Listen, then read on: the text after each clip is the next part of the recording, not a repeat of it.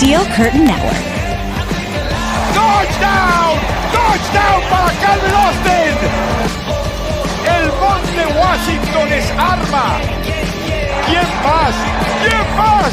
DJ Watt! What is going on, Pittsburgh Steelers fans, and welcome back to another episode of the Steelers Post-Game Show. I'm Jeff Hartman, joined by Dave Schofield and Brian Davis. Steelers lose 31-17 in the home opener against the Seattle Seahawks. Dave, what's going on? Oh, just dealing with a very disappointing performance. Just seems like the Steelers couldn't play consistently in any phase of the game. That's a good way of putting it. Brian, welcome to the show. They were in position where they could win this game in a few spots, but a bad first half became a horrendous second half, and they still let Seattle off the hook. It's there was a lot. There was a lot going on in this game for sure. A lot going on in this game. Let's do knee-jerk reactions. Dave, I'll let you start. Go ahead. Knee-jerk reactions. Well, still didn't run the ball fantastic. Jaylen Warren himself looked better, but the numbers just weren't there when you really look at that. Did not protect any better. Did better at stopping the run a lot until they didn't. Seemed like they were just looking for some warm bodies to get out there on defense at one point. So my knee-jerk reaction is it's kind of there's so many different things to try to fix right now. It's kind of hard to figure out where to start. Brian, you want to go ahead and hit yours? I'm definitely going to agree with that. This is a team going backwards right now already with the excitement of the first game, the things that we were worried about as fans last week. Well, they're coming home to roost this week. And, of course, all of my friends, everybody blowing up my phone is blaming it on coaching. I thought it was definitely execution as well. Knee-jerk reaction for me is essentially that this was a complete and utter failure in every aspect of the word. And I know I had to bounce out real quick to come back in, but I'm sure you guys said something similar to that. And so let's get this show on the road and let's not continue to belabor that point. We have some super chats here. Tyler W gives us $1.99. He said, kind of reminds me of the Raiders opener years ago. I'm trying to think which game that would be and what year that was. Anyone have an idea? Yeah, 04. 2004 they lost to the Raiders in the opener? No, they won that game. But that's one time they played the Raiders to open. Or was it a Raiders like home opener that wasn't in week 1 or something? I don't know.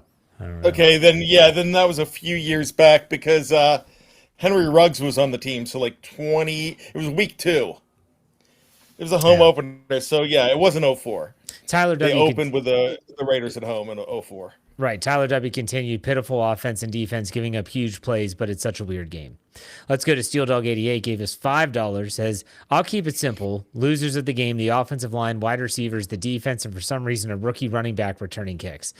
I'll be honest, and I know that our Jeremy Betts here at the Steel Curtain Network is a huge Caleb Johnson supporter, and that's fine. You can really like the player, but I've been calling since the preseason saying, why is Caleb Johnson returning kicks? I just can't. I don't get it. Dave, I'll let you chime in on that. I was going to say I was doing the knee-jerk reaction article because Big Bro was at the stadium, who already chimed in the live chat here to say it was even worse in stadium. But in that article, I was saying earlier on, I'm like, my goodness, Caleb Johnson, he just looks too slow back there because I'm like, you've got to catch that kickoff and you've got to get upfield before the defense gets there. I mean, the one he didn't even get to the 20. That's not good enough for the rules that they have now. That was well before the complete debacle that I remember being upset because I would go over that with my players. I mean, when I was coaching freshmen in high school to understand that that's a live ball. Now, I do understand that with the NFL, with their new dynamic kickoff, the only thing that typically when the ball went into the end zone, it was no longer a live ball. But now with the new dynamic kickoff rules, if it hits in the field of play, it doesn't have to touch you. If it goes in the end zone, it's a live ball. So I thought it was going to be a little bit closer as to whether or not they actually had possession before they went out of bounds. They didn't even seem to really look at that very much. But still, that was just bonehead. It was just No excuse for it. And Coach Tomlin really, you could tell he was frustrated with that one after the game. Absolutely. Brian, any thoughts on that before you move on? Rookies, am I right? Let's go back to 1990. Barry Foster did something like this. Let it go into they were in San Francisco. Let it go into the end zone. He walked away from it. San Francisco scores a touchdown in that 1990 season. Plexico Burris, this was not a kickoff, but he caught the ball against Jacksonville in the year 2000 and got up and spiked it. Without being touched, and then Jacksonville takes it. Luckily, they won that game, but this was just Tomlin didn't throw him under the bus, but it was a rookie not knowing the rules and making a mistake. Yeah. All right, Captain Underpants gives us $5. Says, play like garbage, get garbage results. 6 targets, 3 catches, 20 yards without their top 2 defensive backs. Jaylen Warren was the only offensive player playing at all. I'm not sure who had the 6 targets, 3 catches for 20 yards. Was that DK Metcalf? Is that his stat line? Okay. Yep. Yeah, it's interesting. And then let's go to Dude Soccer 1995 gives us $4.99 and said same terrible present rewrapped and given to the Steelers fans year after year lately. Yeah, it's. I knew that the feelings were going to be rough because this was a game where you couldn't even wrap this in a way to make it seem like it was something better than what it was. There's no way. You cannot put lipstick on this pig. It's bad from top to bottom. Nicholas Gabriel gives us $2. His highest paid defense, O-line getting Rodgers killed. So let's start with Aaron Rodgers. And as we go into the box score, Aaron Rodgers did not have his best performance. 18 of 33, 203 yards, a 6.2 yard average, 1 touchdown, 2 interceptions, was sacked 3 times for 20 yards with a rating of 58.0. Dave, what do you think about Aaron Rodgers?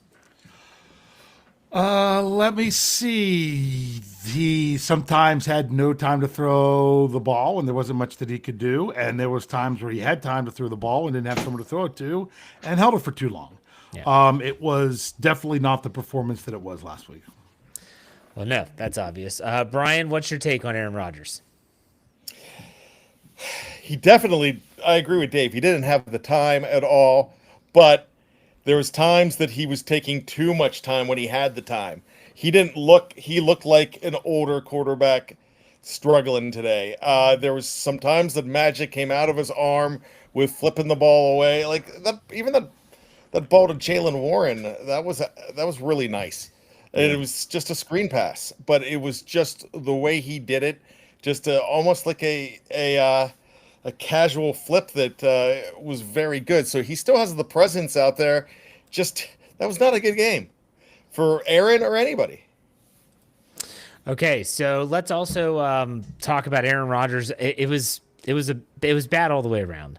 Like you said, there were a lot of coverage sacks. There were times where he ran into plays. It just looked like the offense had no rhythm whatsoever. Absolutely none. And so, Dave, let's go to the pass catchers here. The receiving, Jaylen Warren has 4 catches for 86 yards, 4 targets. Pat Freiermuth, 3 catches for 31 yards. Jonnu Smith, 4 for 27. Calvin Austin, 1 for 22. DK Metcalf, 3 for 20.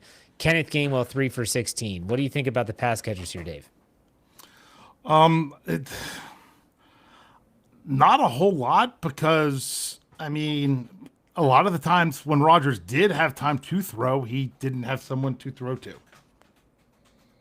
So it just seemed, God, I don't know. I mean, DK Metcalf kept dropping the ball, things of that nature. So it was really, really tough to say that the pass catchers were doing anything all that great either. Brian, what's your take on the pass catchers? Yeah, not really getting open, nothing spectacular.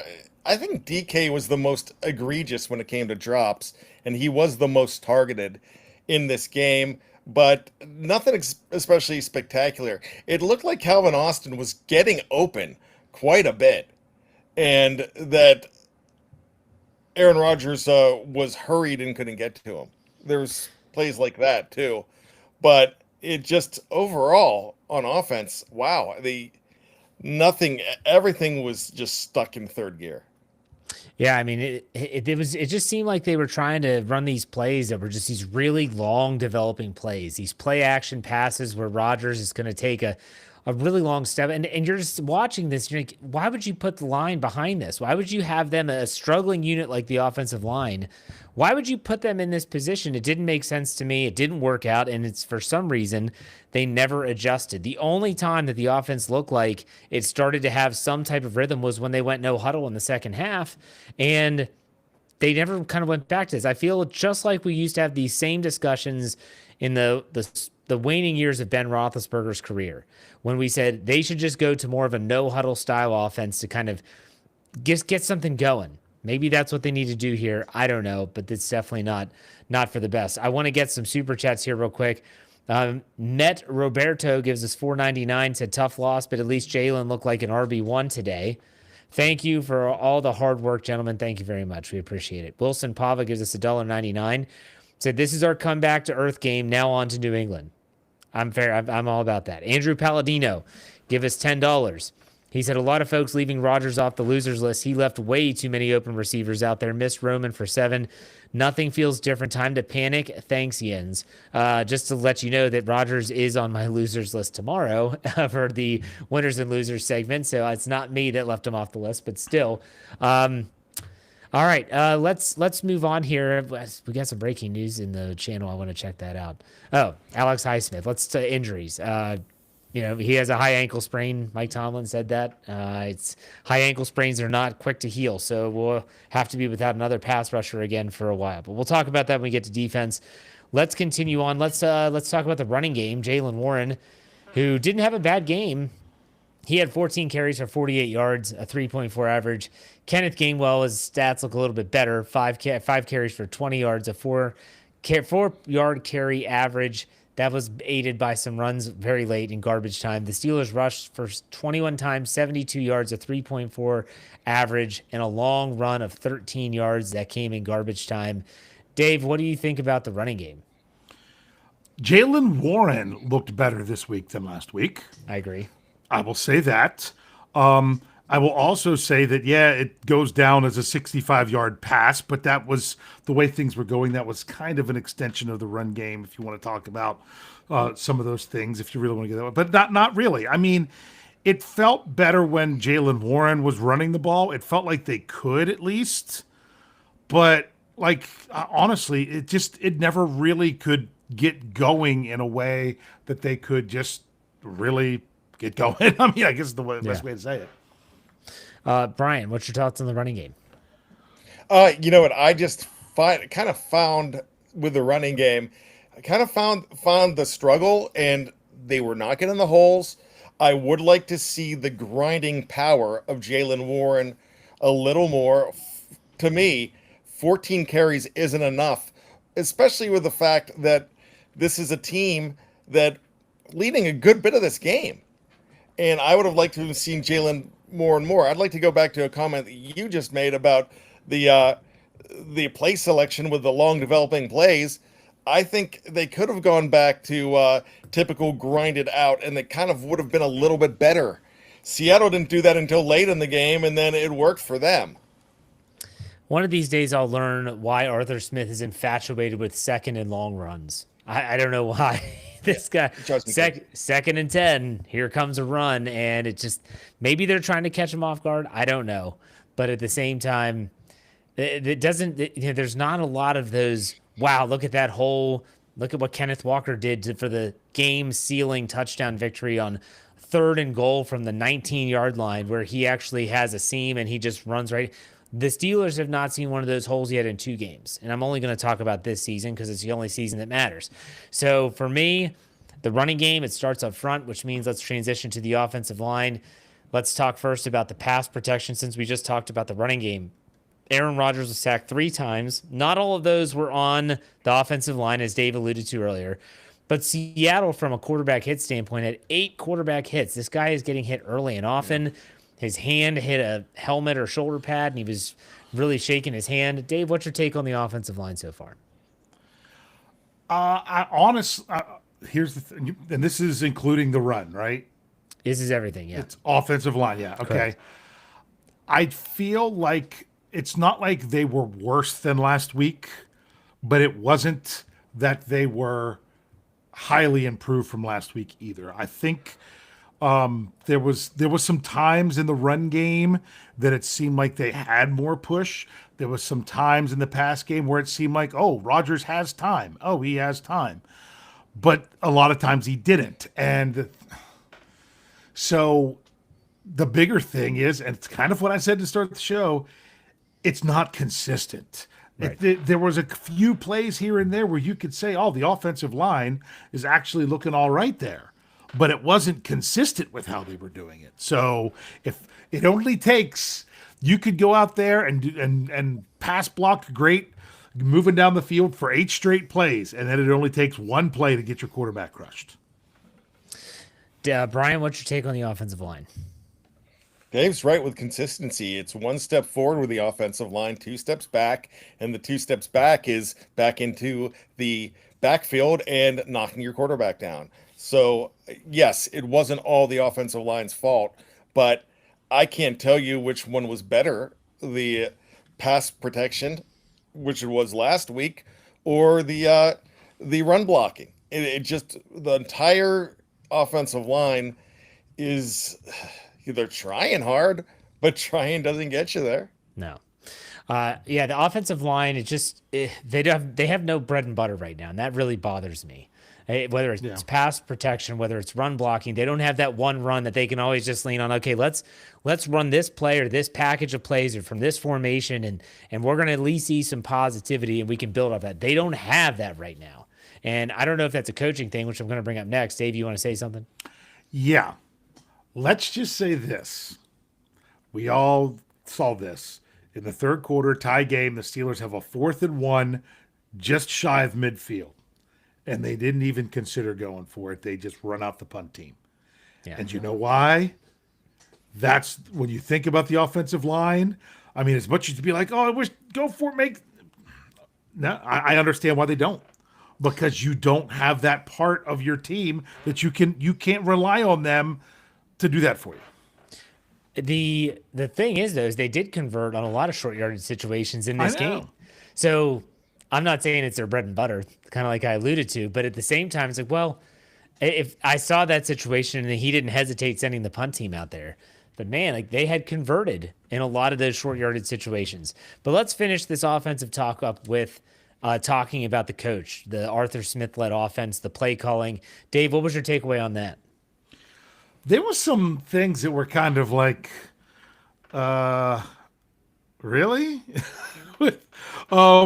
That I'm offensive play calling particularly. You know, the Steelers get the big takeaway on the 4th down stop. The nice play. Cam Hayward's not fooled by the play action. Knocks the ball up. Herbie gets it. Runs it all the way down to the 20. And what do they do in the very next play? They try to run a cutesy play with 2 running backs, out of shotgun with the running back on either side. We had the option for one off. Wisely, Aaron Rodgers threw it at Jalen Warren's feet. Yes. Because even if you catch it, you're going to lose yards. So that was the wise play, but it wasn't. I don't get calling that play in that time. And I know some people were frustrated with how the Steelers followed up the play calls after the Jalen Warren 65-yard catch and run. But part of that was they're like, well, why'd they take Warren out? You did realize that it was like 86 degrees. The Steelers are wearing black jerseys, and he just ran 65 yards, breaking tackles and everything. The dude needed a breather. That was why. It made sense. That wasn't a strategic thing. But there was just a few times that I'm like, really? It just didn't seem to fit. But at the same time, I mean, I'm just going to be completely candid, as Brian would say, I'll break down the fourth wall. I was doing the knee-jerk reaction article along with everything else. There was times I felt like I wasn't very much in the flow of the game myself. So I matched the Steelers a lot in that regard, I felt. I think cutesy is a good way of putting it in terms of some of the play calls were just very, I don't know, you're watching, like, I guess that play could work, but it might be a 1 out of 10 success rate, and they're trying to like lean on these things. I don't know. I also think they kind of outsmarted themselves in certain situations where if DK Metcalf singled up, I mean, he had some drops again, but at the same time, you you have an opportunity, you have a matchup that you like, then go after it. I don't know. Brian, what was your take on the play calling on the offensive side of the ball? Yeah, it was very odd to me. I do like cutesy as well, and sometimes when you go ahead and you're have some success last week, and you like the way that it's going, and then you get full of yourself, and I almost feel like Arthur Smith got full of himself there, and I just didn't like it. Now, I complained last week about Jalen Warren's carries, about using Gainwell too much. I liked the what does Mike Tomlin like to call it, the distribution of the football, or whatever he has, something about work. I forget The his division line. of labor. The division of labor. Division of labor. I like that. I like the division of labor here. It just didn't. It felt like, hey, let's get razzle dazzle when we need to just do what we do well. You did not. This was a team that they had defenders missing. They really were susceptible, and you could have gotten them a lot easier. But when you get cute, you lose. That's true. All right, I'll tell you what, we're going to take a break. When we come back from the break, we're going to talk defense, special teams before we call it a show. If you're watching live on any platform, don't go anywhere. If you're listening on audio, we'll be right back after a word from our sponsors. All right, Steeler fans, we are back, and we've already talked about the offense. Now let's talk about the defense. The defense was definitely worth discussion. There were, as you all said in the first half, talking about the offensive line, there was a step taken, but then 2 steps backwards. When you talk about the defense, I think we need to start with the run defense. The Seattle Seahawks rushed for 117 yards on 29 carries for a 4.0 average. They did have a touchdown and a long of 20 yards. Kenneth Walker had 13 carries for 105 yards, an 8.1 yard average. Zach Charbonnet was kept in check, 15 carries for 10 yards, 8.7 yard average. I thought that there were times where the run defense was vastly improved, and then there were times where I'm like, what are they? They're not touching anyone. Dave, what's your takeaway on that? Yeah, and that's why I'd say it's all about the consistency. I'm going to go back and I'll count them up and have it in my article tomorrow. My analyzing the loss by the numbers is how many quality run stopping plays the Steelers had in this game. They might have had, I assume, and I'm talking like 2 yards or less on running plays. There was a lot. Yep. They had a lot of plays where the Seahawks could not run, but the problem was the number of plays where they did. I mean, the last touchdown was embarrassing. I mean, that was just really embarrassing. And there's plenty of times where it's like, okay, you stop them, and then boom, there goes a run. So that's why I would say with the run defense, it showed what it should be at times. It just did not consistently show it. Yeah. Brian, thoughts on the run defense? Watching them, I think consistency is another word that we can use that we weren't used on the offense. But remember in The Simpsons, there was this one part where they had Homer going, woohoo, then no, woohoo, no. Just like, it was like, yes, no. And that's what watching them on defense, what it was like today. Because if I would like to see the breakdowns between halves, because I thought at halftime they had pretty much control on their running game. I mean, sure, they got free here and there enough to, get through to get that set up for that touchdown pass. But I kind of felt like that it was a tale of 2 halves with defensive rushing. And then in the second half, oh my gosh, it was horrendous. Dave, do you have those numbers by chance, by half, the rushing numbers? Yes, I do actually. Okay, so they had 117 yards total, but only 39. Seattle only had 39 rushing yards in the first half, 39 on 13 attempts. And in the second half, they had 78 on 16 attempts. So that was the difference. It was Kenneth Walker in the second half. He averaged 9.9 yards per touch, 8 carries, 79 yards, where Charbonnet had a negative 0.1. Yeah. So that it was Kenneth Walker second half of the game. That's really where it all came down to. It's funny because I guess just my mental image is that I felt the run defense improved dramatically when Loudermilk left the game, and that's not to, Yes. because I mean That's actually that's pretty true. horrible to say, but Ukale, is that how you say his name? Aquale. Equale, yeah. I thought he stepped in and did a good job. They played Wyatt Blackmore. Yeah, all that stuff. So, all right, let's get to some super chats here before we talk about the next phase. Grayson Brown gives us $4.99. Says it's early. The Steelers got humbled. There were a lot of plays there to be made. They currently look like poorly coached football team. Okay, let's also go to Tyler W. Gives us $9.99. The D has given up 28 or more points in 6 of the last 7 games. We've picked up right where we left off. Our Steelers in danger of the bottom 5 defense in the league. We're not even playing great offenses yet. And then Nicholas Gabriel gives us $2. When it was Walker, it was going to be a big run. Let's talk about Tyler's there. Dave, what do you think about that in terms of they've given up 28 or more points in 6 of the last 7, picked up right where they left off? Are they in danger of being a bad defense? What do you think? Yeah, they are. I mean, 2 is a pattern. That's what Coach Tomlin says. They gave up over 30 points 2 games in a row. Now, 7 of those came on special teams. You got to remember that. But still, as a team, that's what they've done. If you're a team that's going to constantly give up 30 points, I get it where you could, after 1 week, 2 is now a pattern. You know, they do it again next week, and there's little doubt as to what's going on there. It's just, my goodness, 3rd and long, and they just constantly keep giving up the big chunk plays on those plays. It's, I mean, they're constantly losing weighty downs, as the way Coach Tomlin says it. But yeah, giving up that many points 2 weeks in a row. I mean, you can look back into last year because it's, you know, it's quote unquote our team that we root for. But I mean, it's a different team this year, and it doesn't look better than what it was last year. And last year, when you look at those games, at least that was against higher quality opponents than what I think. It's not that the Jets are awful. It's not that Seattle is a bad team. I mean, they won 10 games last year too, but that's part of the stuff with the Steelers last year is they were playing the best that the NFL had to offer. I don't think that's what the Steelers have seen so far this year either. That's why it's frustrating. Absolutely. And a lot of times people will say, like, well, Justin Fields in that offense, it's a different style offense, even though the Steelers play the Ravens twice a year. This was your traditional offense. Sam Darnold's not running the read option. He's not RPOing you to death. You know, that's not it. Brian, what's your take on all that?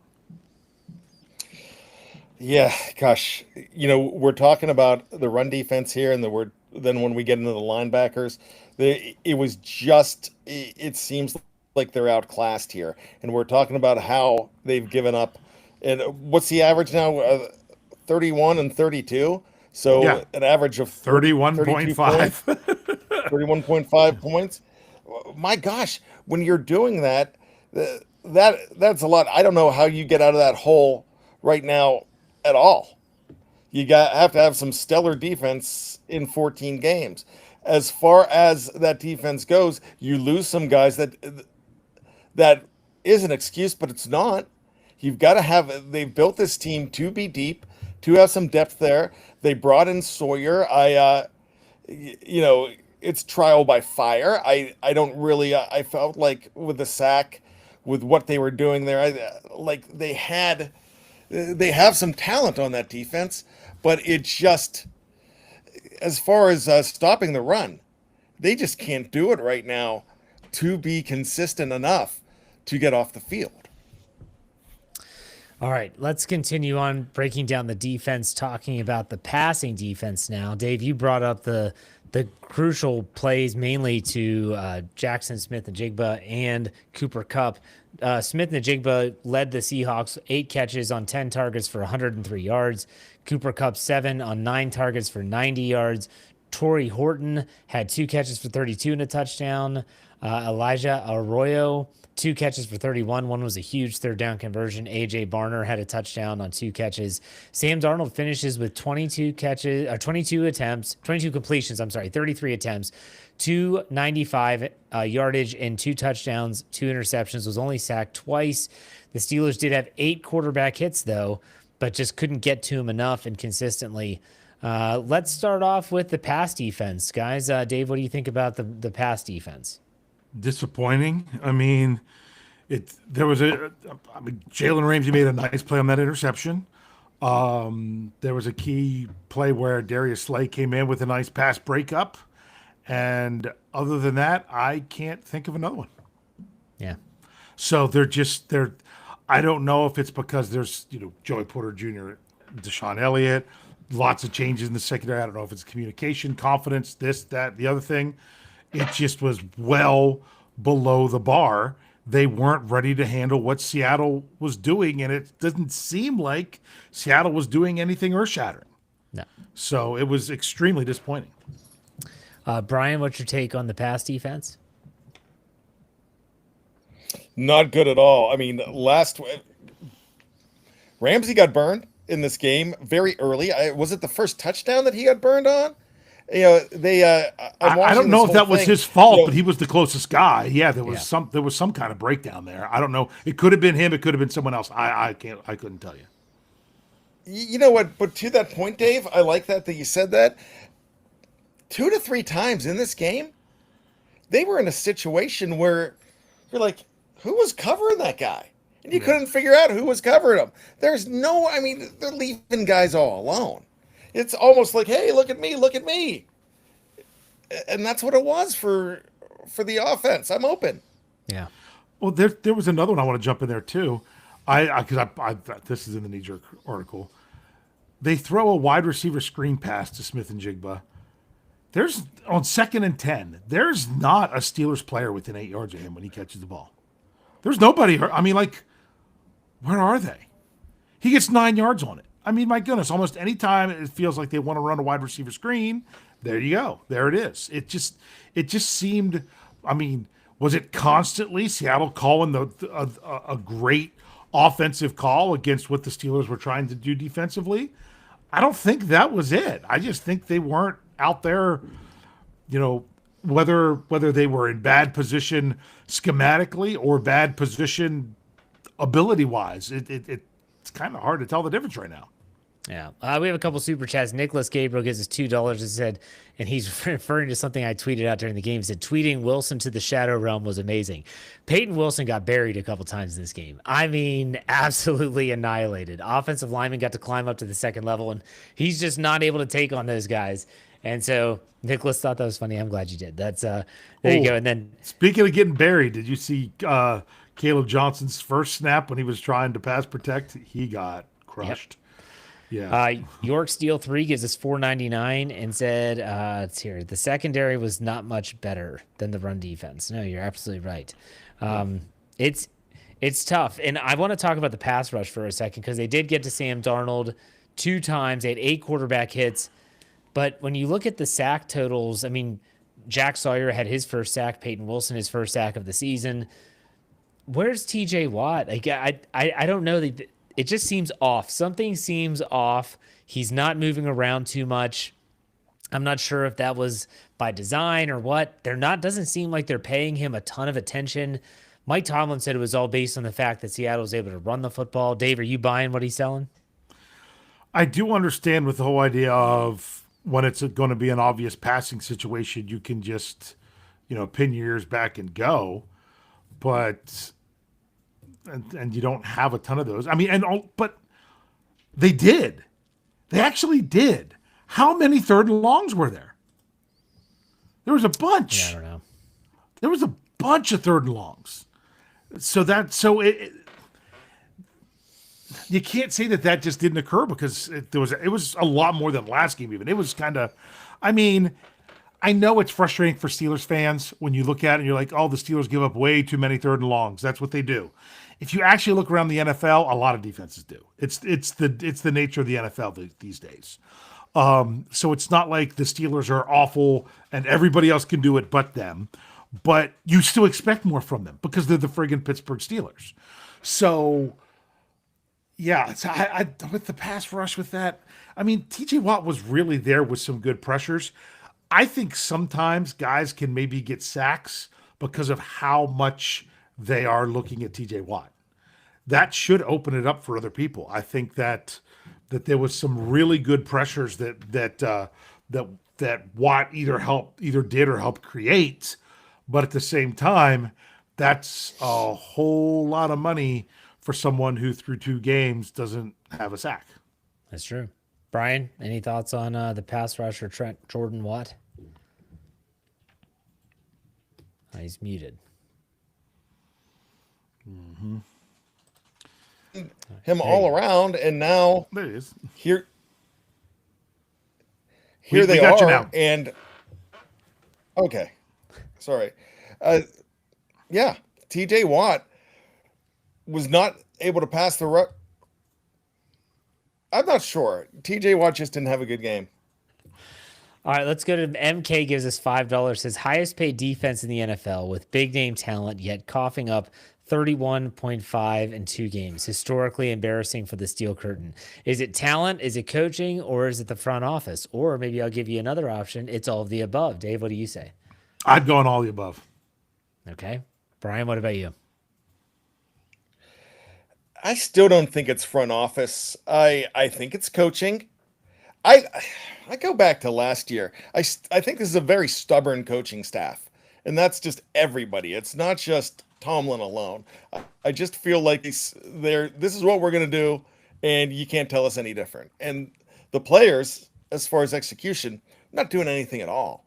So I look at this, and I think it's those two, but I'm not throwing in the front office here. I think the front office has made some moves to make this whole thing better. I'd go to, what are you going to say, Dave? I would say I think it's the stubbornness of the front office as to why you have all the coaches up and down the roster that you do, because they won't move on from someone who's not getting the job done as long as they're still under contract. So that's why I'm not letting them off the hook. Yeah. All right. You know what? I defer. Yeah. Okay. No, I defer. You're deferring to the second half. I like it. Yeah. Okay, let's finish this up, and we still have to talk about full injury report, talk about kind of the shape of the AFC North, and we definitely want to talk about special teams, though. Caleb Johnson, we talked about him at the start of the show. Just a horrible, horrible decision to not go back and at least kneel down that kick, which would have been a touchback. Steelers get the ball at the 35. You kind of got a feeling that they were still going to be given an opportunity, even though that 3-point deficit at the time felt sometimes insurmountable with the lack of success on offense. I thought that other than that, I think that for me, outside of the kickers, I thought Corliss Waitman had a good game. Chris Boswell, phenomenal again, as always. I think the Steelers' coverage units, their return units are awful. I think they are atrocious. I'm watching other teams get kickoffs that are getting kicked into the landing zone. They are starting between the 30 and 35 regularly. I'm celebrating if the Steelers get it close to the 30. Maybe I'm not seeing it the same way you guys are, but I think that Chris Boswell and Corliss Waitman are buoying the special teams that are just really subpar. Dave, I'll let you go. Yeah, I already was jumping on Caleb Johnson before him not doing that, where I said, I just don't think you need some explosion to get up to where, you need to cover as much ground as you can before the defenders are right there. So I'm not a fan of him being back there. I feel like they're settling for not doing this kind of things. I felt that their kickoff coverage wasn't terrible. I feel like their punt coverage, I'll be honest with you, Waitman was booming it today. I mean, my goodness, they kicked from their own 36 and he kicked it into the end zone. Yeah. I mean, I'm like, I'll take a touchback when you're that far away. Heck yeah. I mean, so there was at least one time it seemed like he had outkicked his coverage to start, and they made a really nice play and turned the guy around, and it ended up not being much of a return on the punt. Then there was another one. They just got upfield and got what they could get, which sometimes is what I'd like that the best. And everything. Yeah, with the special teams, that's the thing. You do have your two main guys carrying a lot. I don't want to downplay everything because there are guys out there that are really doing their part, but it takes the entire unit. Absolutely. Brian, any thoughts on the special teams? Jeff, congratulations. You're seeing things just like I do, because I agree with you completely on what you were saying. You said maybe I'm seeing it differently than you guys. We're seeing it right, so I'm rubbing off on you, Jeff. How about that? No. Now, here's the deal with this, fellas. Let me tell you this. When the Steelers have a good return, I don't get excited anymore because I know a little piece of yellow is going to be flying through the sky and careening on the ground and just completely dashing my hopes for any kind of special teams. And look, we all love Danny Smith because he's jolly and he's happy and he's chewing gum and gosh, oh, gee, yo, stuff like that, talking all hillbilly Danny. But here's the thing. It's not good. Now, if my son watches this, I mean, every time the guy's on the screen, it's like, Danny Smith! Like, he loves this guy. And I'm thinking, this has not been a good unit for a long time. I cannot tell you when the Pittsburgh Steelers have had a good special teams unit. And again, it's not good. When they get to the 30, I'm like, that's pretty good. They have something to work for. They can get their 40 yards and bring out Boswell. And that's kind of the way it's been a lot. Then last week, Aaron Rodgers comes along, throws 4 touchdowns passes, and makes me feel like, whoa, this is a good offense again.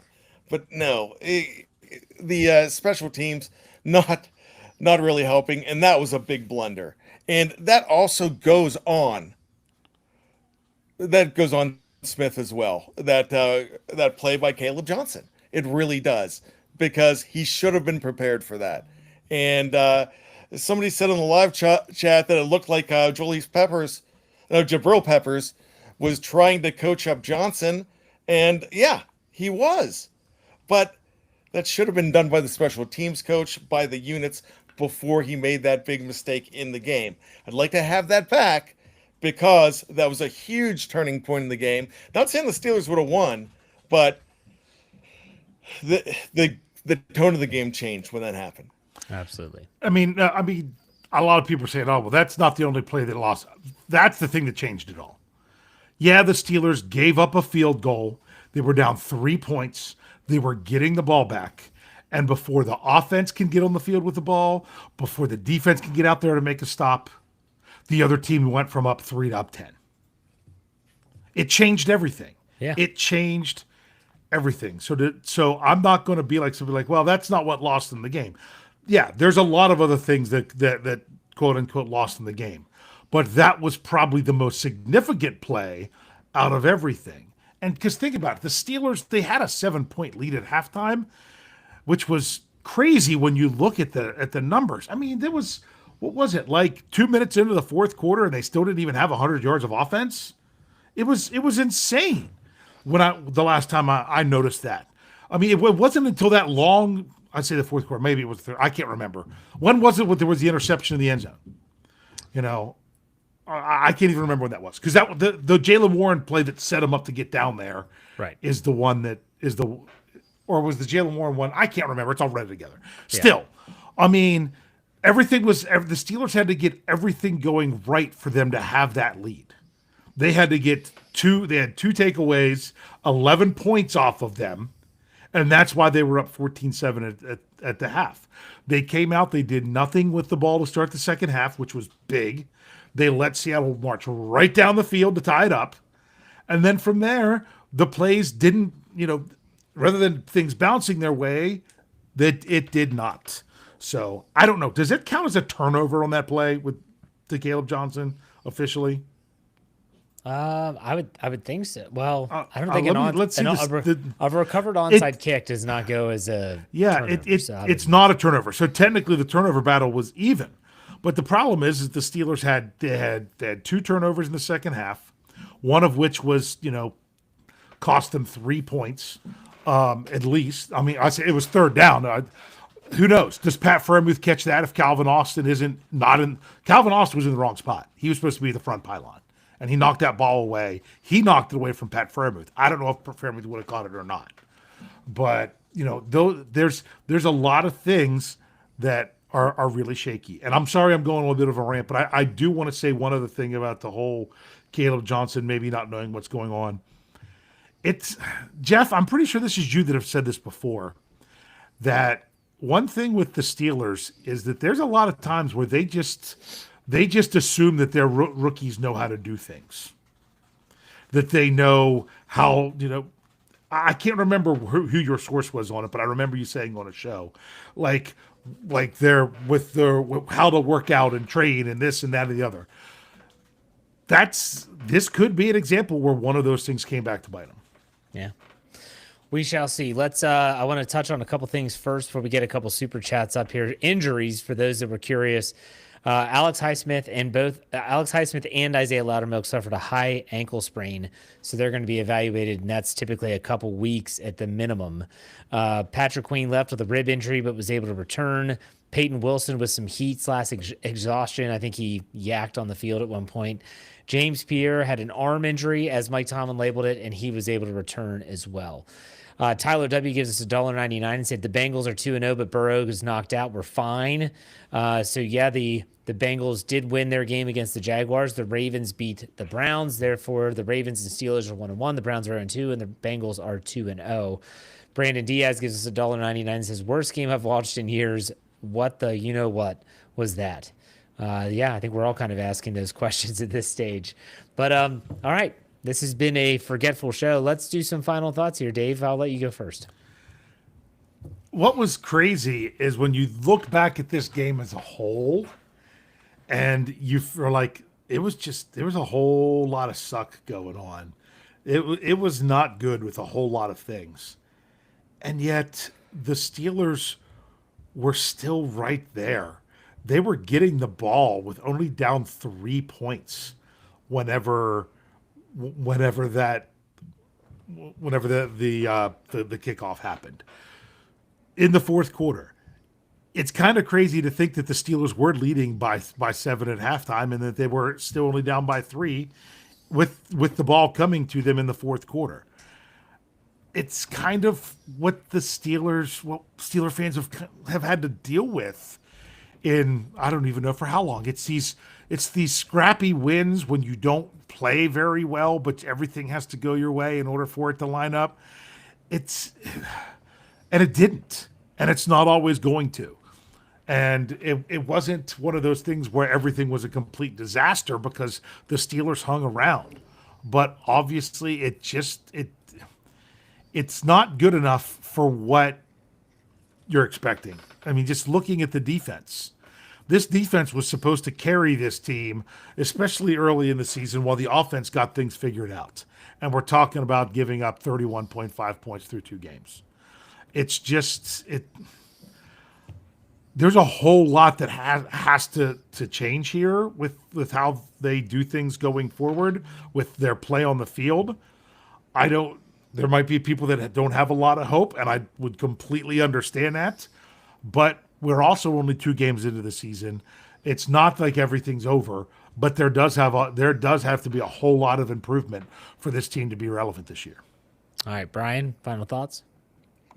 Absolutely a whole lot of improvement. When they were down by only 3 before that kickoff, I was not worried a bit because of, even though it wasn't great play, I can see that spark. I can look back to last week, but then when that play happened, we talked about it being a turning point, and then I feel like the players bought into that was it too when that happened. And I could really see the Seahawks go up and the Steelers just deflate. And so what has to change? Well, you're not making a coaching change this year. This team's not going to make one in season. And I'm not even calling for one. That's not it. But it's got to be the philosophy on the field to not take anything for granted. And I feel like they with that win last week might be more damaging to them than anything. Really, Dave just mentioned it. It seems like they underperform and then they get things to happen and they win. Well, that almost makes me feel like they mentally go into the fact that they're untouchable. This is a game they really win this game. All right, I'm going to read Occam's. So with that being said, sorry, Brian, didn't know. Occam's gives us $9.99. Says they lost because they are a mediocre team with a mediocre agenda and a mediocre mindset. The arrogance of this team is hilarious. What have they done? What have they accomplished? Nothing. Thank you for the tip. it's hard for me to disagree with that because they are a rather arrogant bunch at times, for sure. So, all right. That's a wrap on this week. We will be back next week. The Steelers with another 1 p.m. kickoff in New England against the Patriots. We'll be back for another post-game show. And then the week after that's when they go to Ireland, in which case the post-game show will be really early. It's going to be very strange. But still, there you go. We're talking like a 1 o'clock kickoff. Yes. Not of the kickoff of the game, the kickoff of the post-game show. Exactly. So it will really be top of the morning to you. I want to remind everyone to check out steelcurtainnetwork.com. That website is totally free, and it is already humming right now with a lot of people checking it out, wanting to make their feelings known. You can go to the comment section, create a free account at the top of the page. We do appreciate it. Make sure you check out all of our podcasts, not just those that are simulcast here on YouTube. That does it for us. We'll be back next week on another Steelers post-game show. We'll see you next time. Take it easy, everyone.